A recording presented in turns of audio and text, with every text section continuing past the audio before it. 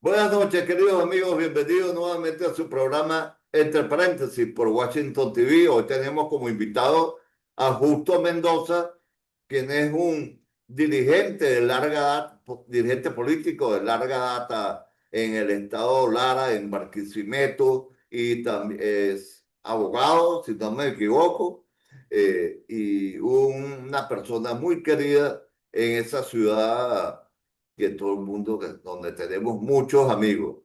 ¿Cómo estás, Justo? Hoy Buenas 24, tardes, buenas tardes, buenas tardes, buenas un placer tardes, saludarte, Humberto. buenas tardes, buenas noches, buenos días, porque entonces en todas partes.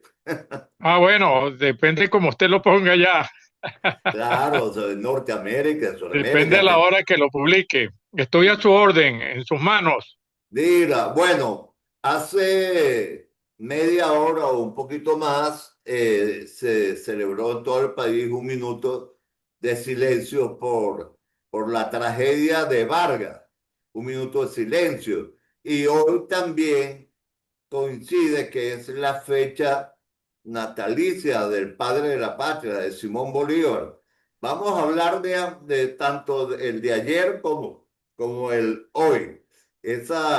¿Cómo ves tú esta situación? En primer lugar, ¿cómo analiza, cómo abordó el régimen esta tragedia que ocurrió, en lugar de ayudar, lo que hacía era molestar? Bueno, hoy a mediodía publiqué yo un artículo de opinión que se refiere pues al, al primer mes de esta lamentable catástrofe. Y Ujú. el artículo se llama, y el título prácticamente lo dice todo, eh, un mes y muchas preguntas por responder. Claro. En primer lugar, nosotros acabamos de tener una actitud contrita al cumplirse el primer mes con un minuto de silencio a las 6:04, hace pocos minutos. Ujú. La verdad es que los sismos ocurren. Ese es una, un fenómeno natural Claro. que, aunque se puede predecir, no se puede evitar. Claro. Lamentablemente, mm, el sismo ocurre en Venezuela y es lamentable en cualquier parte que ocurra, pero esto nos afecta a nosotros directamente. Y de tal manera que por su intensidad nos golpeó muy duramente. Eh, el dolor de los venezolanos, de nosotros los venezolanos, no tiene una dimensión medible realmente. En primer lugar, porque es la catástrofe más horrorosa que nos ha ocurrido en la historia. En segundo lugar, porque ahora por los mismos sistemas de comunicación y las redes sociales todo se sabe, todo llega inmediatamente. Es uno, uno está viviendo, en este caso, el dolor en vivo de toda la tragedia y vivió en vivo toda la tragedia porque vimos cómo se derrumbaban los edificios, cómo se caían las casas, cómo nuestros compatriotas salían despavoridos de sus casas, cómo quedaron atrapados. Vimos todo el drama. eh, yo tuve la iniciativa de ir recopilando para el estado de WhatsApp y para las publicaciones en otros aspectos de orden político, toda una serie de videos y de fotografías que, que nos dan la dimensión del drama que hemos vivido y que estamos viviendo los venezolanos. Ahora bien, el drama se ha multiplicado, se ha potenciado, se ha hecho inmanejable por la lamentable situación que hemos vivido de la imprevisión, de no tenemos un sistema oficial precavido, no ha habido respeto a todas las Norma. informes técnicos que permanentemente publicó Fumbici Pero y lo se tuvimos. publicaban en todos los países del mundo y los cercanos a Venezuela. y además de eso no había previsión ni económica ni de recursos materiales, y además agregándole la tragedia que viven los cuerpos de bomberos y viven las organizaciones de prevención civil, a nivel y vive nacional. Fumbisis. Y yo el caso de los cuerpos de bomberos y la prevención civil lo digo con propiedad, porque un hermano mío pasó toda su vida en el cuerpo de bomberos, llegó a ser miembro del Consejo Nacional de Bomberos, es coronel de los bomberos, es abogado también, y eh, con motivo de esta situación me ha estado orientando de todo lo que se ha perdido, de todo lo que la gran escasez, la inopia que viven los cuerpos de bomberos del país, que aparte de eso ocurre que se les quitó a los municipios, se centralizó, entonces la situación es absolutamente peor, porque Peor. cuando se cumplía con la Constitución, porque la Constitución dice que los cuerpos de bomberos corresponden a una función y una competencia municipal, pero el régimen centralista de mano militar los, los recentralizó y, bueno, están en la carra plana. Todo esto, para concluir esta parte, trajo como consecuencia que ni hubo voluntad ni ni sentimiento de parte del sector oficial, de la presidencia de la República, de de los ministerios, del poder central interino, de hacerse presente, de ocuparse inmediatamente, como ha ocurrido en otros momentos, porque hemos vivido Exacto. otros momentos, por ejemplo, el sismo de Caracas, año 67. Yo tengo mucha 67. conexión No, yo lo de viví, yo amistad lo y de viví. comunicación Y con las hermanas Leoni, y tuve la oportunidad de conversar con ellas para que me dijeran, porque su padre era el presidente de la República, cómo fue la actuación del gobierno. Bueno, eso fue inmediato. En menos de media hora el presidente Leoni estaba al frente de la situación en una emergencia de Consejo de Ministros, y puso a toda la Fuerza Armada Nacional a abocarse en menos de 2 horas a toda Caracas. Bueno, esta vez nada sucedió. Esta sí, vez nada sucedió. Incluso no, la propia administradora interina, la señora Delcy Rodríguez, fue varias horas después que se comunicó con el país, eh, tomando una iniciativa tardía, que ahora, ya pierde el justo, concepto de ellos, iniciativa, sobre esto. Y la presencia de los cuerpos eh, militares, que son los que de primera mano en todos y en cualquier país acuden, no se presentaron. bueno, llegaron los que Esto trae como vinieron, consecuencia dos cosas los que importantes. vinieron, Una, mira, los que vinieron de afuera, los que vinieron de afuera, que vinieron de todas partes, ¿no? Que vinieron de todas partes, que gracias a ellos se aceleraron esos rescates, pero realmente hasta los túneles de La Guaira, que de Caracas para Maiquetía, los trancaron y les pedían hasta credenciales. En el poliedro, lo mandaban al poliedro a sacar bueno, credenciales. hay un fenómeno o se presentó una situación atípica. Primero, todos los vecinos, todos los dolientes, todos los sufrientes, todas las personas dentro de esa gran amargura, alertados y oyendo los gritos y los ayes quejosos de la gente debajo de las plataformas que los apretaban, que los aplastaban. Yo no quiero ser dramático, pero es que uno ha visto tanto en este mes que tiene esto como tatuado en la mente, el reflejo Sí, de lo sí, que ocurrió, porque, repito, por las redes sociales se ve absolutamente todo lo que no se debería ver por lo dramático y por todas estas cosas. Bueno, entonces, ¿qué mm, ocurre? Que llegaron todos los vecinos con las manos, algunos dicen que les sangraban, se rompieron las uñas, les sangraban los dedos, lo exhaustos que quedaron, y prácticamente no podían hacer nada. Llegaron los rescatistas, no tenían ellos todo lo que trajeron, pero en Venezuela no había, en La Guaira, en Caracas, en los aspectos, na- en algunos de los centros más críticos de Carabobo, de Falcón, no había la maquinaria, no había la maquinaria, porque todos los talleres de las, de las oficinas de transporte y de construcción de obras públicas en Venezuela, tanto a nivel nacional como en las gobernaciones, está derruido y está abandonado porque nunca le hicieron mantenimiento. O sea, Ahora, tenemos al frente, hay una cosa que también en el estado Miranda, en Los Teques se cayeron techos, edificios, en la colonia Tovar también se cayeron unas casas de esas típicas, hubo en Tucaca, se cayó un hotel, en Puerto Cabello, en Morón, pero lo que te quería decir era lo siguiente.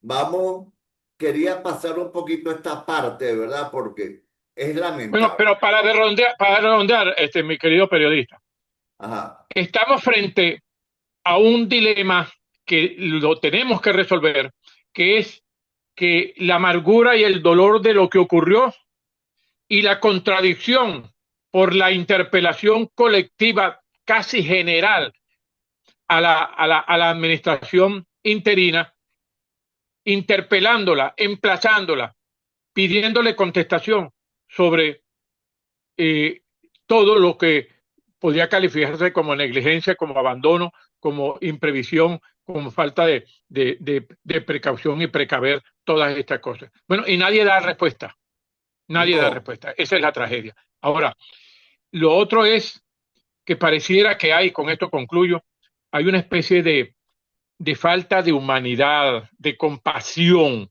oficialista, pero eso es bueno, esa es parte evidente. de la tragedia, pero Bueno, esa es el parte pueblo de la... venezolano se va a levantar, el pueblo venezolano demostró que tiene un gran valor y un gran coraje y una gran imaginación, una gran voluntad y una gran, como se dice ahora, una gran resiliencia para asumir los retos. Esto no fue que Dios nos castigó, esto no vino de arriba, Falso. esto vino de abajo, de la falla geológica. Esto ha podido precaverse, con esto concluyo. Y lo peor es que las declaraciones del señor eh, exministro Farruco, no sé qué cosa, no recuerdo el apellido. Bueno, él dice, por la premura, todas las, los desarrollos habitacionales inmensos en La Guaira que costaron millones de dólares, ninguno hicimos este estudio de suelos. Bueno, alguien tiene que responder. Ahora se está hablando mucho ahora del 1 de agosto. ¿Qué va a pasar el 1 de agosto? Hay una expectativa con el 1 de agosto. Que, Bueno, yo tengo ¿Cuál en es esto, cómo tú lo analizas? ajá, yo tengo en esto, Humberto, un criterio producto de mis análisis con método y desde el punto de vista no solamente de lo politológico, sino desde el punto de vista de lo político, porque en ciencia política nosotros hacemos unas separaciones metodológicas cuando uno estudia ciencia política, que es una cosa es la, la politología como teoría política, y otra cosa es lo político como relación del poder político con la comunidad, y otra cosa es la política, que es el oficio. Todo está investido de una metodología. Ahora, le hemos seguido el paso no solamente de ahorita, sino que tenemos 27 años siguiéndole el paso a esta situación Ah, y el desenvolvimiento último y más después del 3 de enero. Yo tengo un criterio que mucha gente lo tiene, pero que se distancia de algunos otros criterios, por supuesto, de otros analistas, y que son respetuosos también sus análisis. Todo lo que se pueda hacer en cuanto a análisis político, más allá de la ya tradicional rutina de análisis sobre el 3 de enero, que ya está bastante manoseado, y más allá del tema del plan Trump-Rubio de 3 fases, que comienza con la estabilización, lo que se logró desde el primer día, porque el primer día en la noche ya había estabilización, porque aquí tenemos que decir una gran verdad, que aquí no hubo respuesta bélica ni hubo acuartelamiento bélico, ni hubo reacción bélica en la calle, ni hubo acción delincuencial en la calle, no hubo tiroteos en la calle. O sea, aquí no se destabilizó el sosiego social por lo que ocurrió. ¿Y por qué no se destabilizó? Tenemos que dar una respuesta. Yo tengo una respuesta. Yo No se tengo una. desestabilizó porque Eh, la inmensa mayoría de los venezolanos estuvieron de acuerdo con lo que estaba pasando. y Esa es durmieron la verdad. tranquilos, y durmieron felices. Ahora, pasado esto, el proceso tenía un objetivo que siempre se planteó, incluso desde los propios 4 o 5 meses previos a la presencia de la Armada estadounidense eh, en el Caribe Sur, que es el Caribe venezolano. Entonces, esto tenía un fin.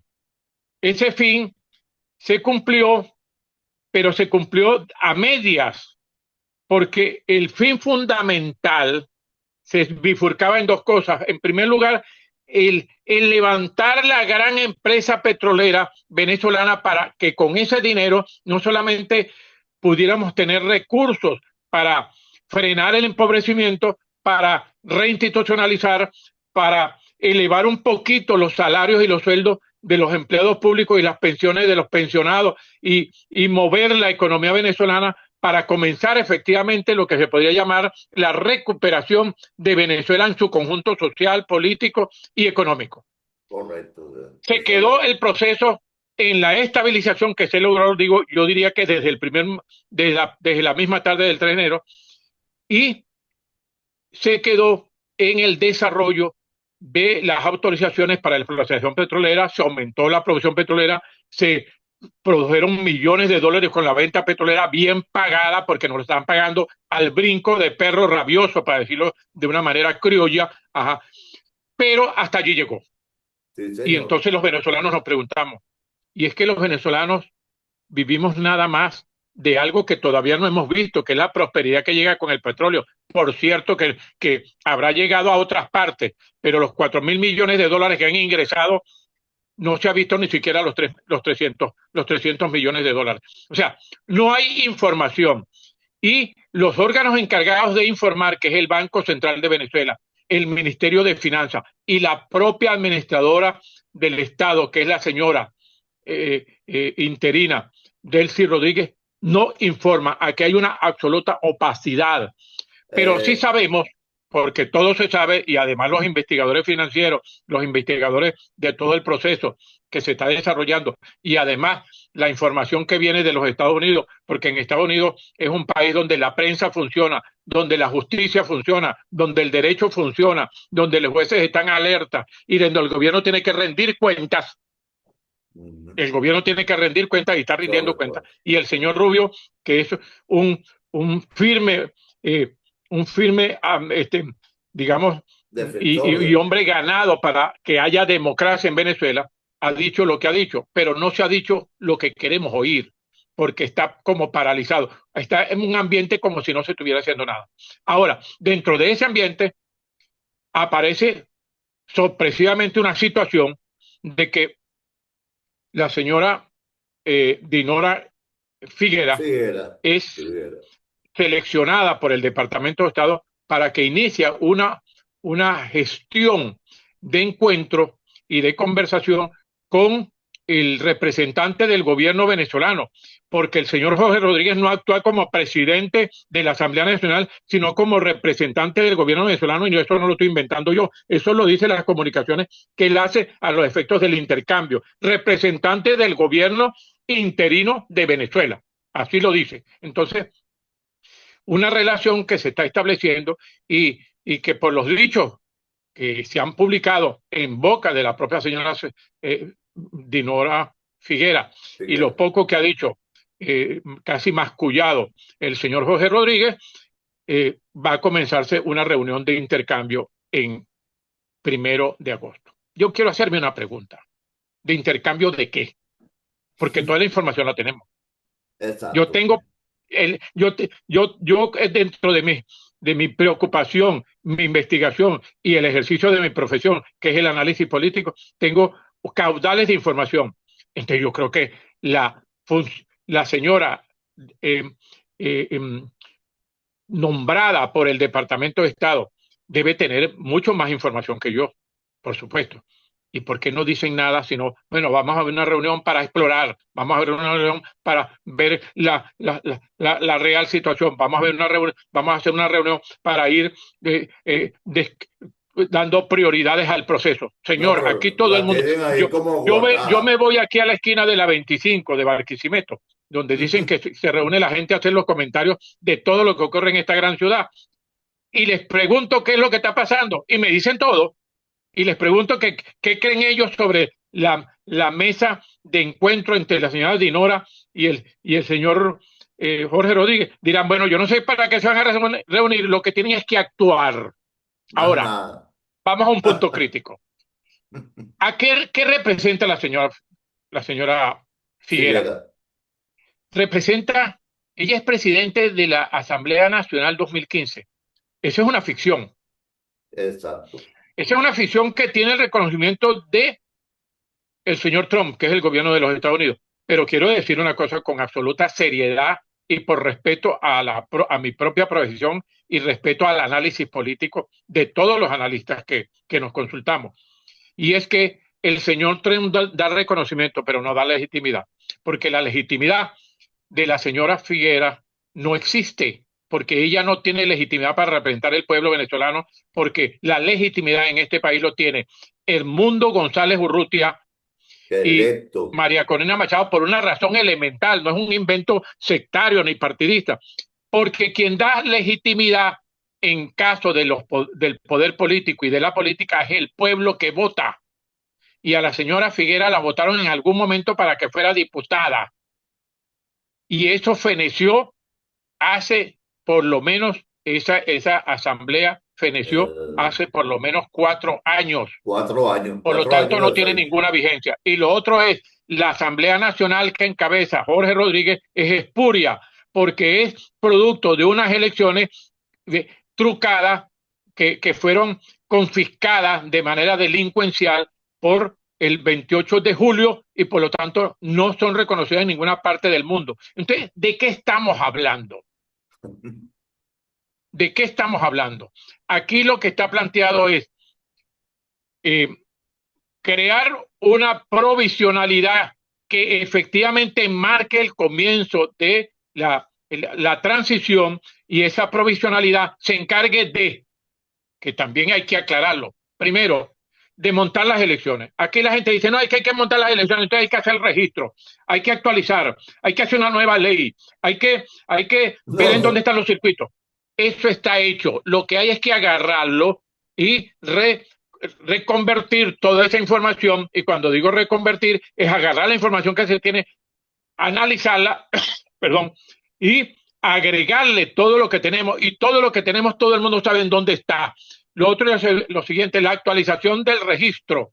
Ahora no tenemos la traba que tuvimos en el régimen dictatorial de Maduro, donde no había ninguna oficina consular que pudiera inscribir a los que estaban fuera. Ahorita todas las oficinas consulares, todas las del mundo, están abiertas para que los venezolanos vayan y se inscriban. O sea, ese problema no existe. Y eso se puede hacer en una semana. El registro completo se puede hacer por lo menos en mes y medio actualizado. El montaje de todos los mecanismos territoriales de circuito se hacen en otros 2 meses máximo. O sea, que en 6 meses nosotros estamos listos para votar y para hacer la convocatoria. Eso tiene que hacerlo un gobierno provisional, porque la señora administradora interina está opuesta y el señor Jorge Rodríguez y el señor Diosdado Cabello están opuestos ah, a las elecciones. por Entonces, esa es supuesto. una materia nuestra. Y yo quiero hacer una pregunta aquí, que es la pregunta que se hacen los venezolanos. ¿Somos nosotros, en esta pregunta, los que decimos cómo queremos gobernarnos? No es cómo quiere Estados Unidos gobernarnos, o Francia, o España, o Brasil, o Colombia, no. ¿Cómo queremos los venezolanos gobernarnos? Lo otro es lo siguiente, la última declaración que da el vocero, el speaker del Departamento de Estado, dice, el señor Marco Rubio habló claramente. Entonces hace falta un proceso más o menos largo para incluso los propios partidos tienen que volverse a acostumbrar a votar. Por Dios, ¿de dónde sale esa locura?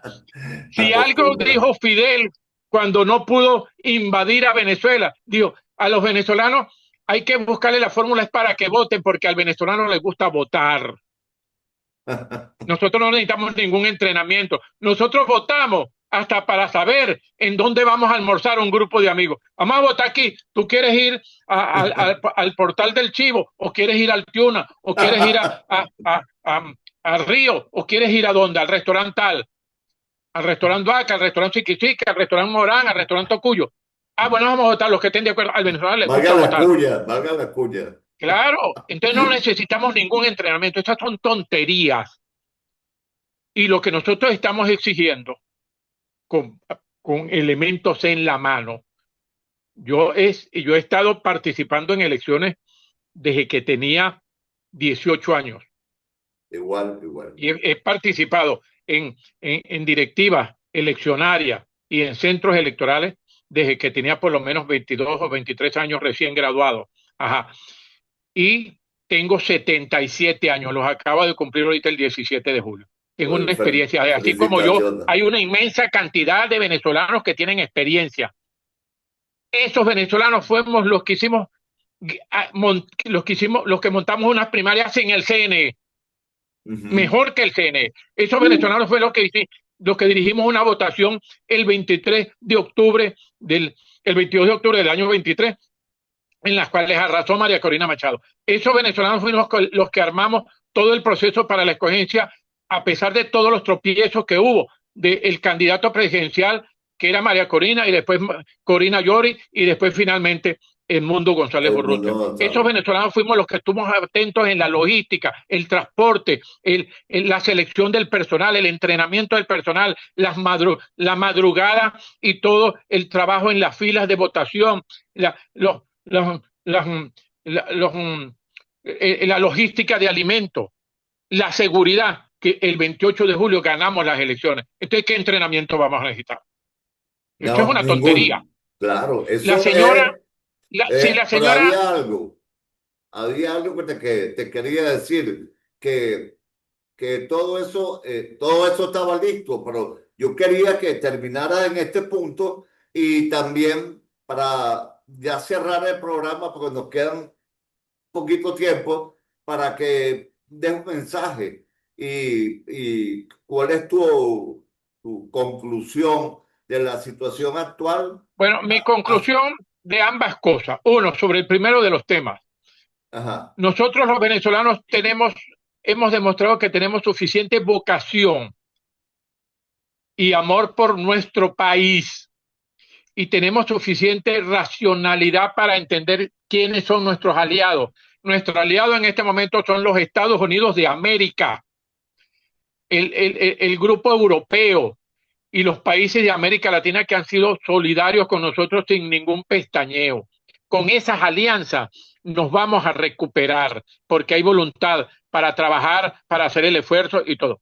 En el segundo de los temas, a nosotros no se nos puede dar lecciones de política porque nosotros enseñamos a casi todos los países de América Latina a hacer elecciones, al significado del sufragio, a evitar los golpes de Estado, porque los venezolanos no nos gustan los golpes de Estado y hemos aprendido nuestra teoría política y nuestra teoría del sufragio precisamente en las mejores universidades de los Estados Unidos y de Europa.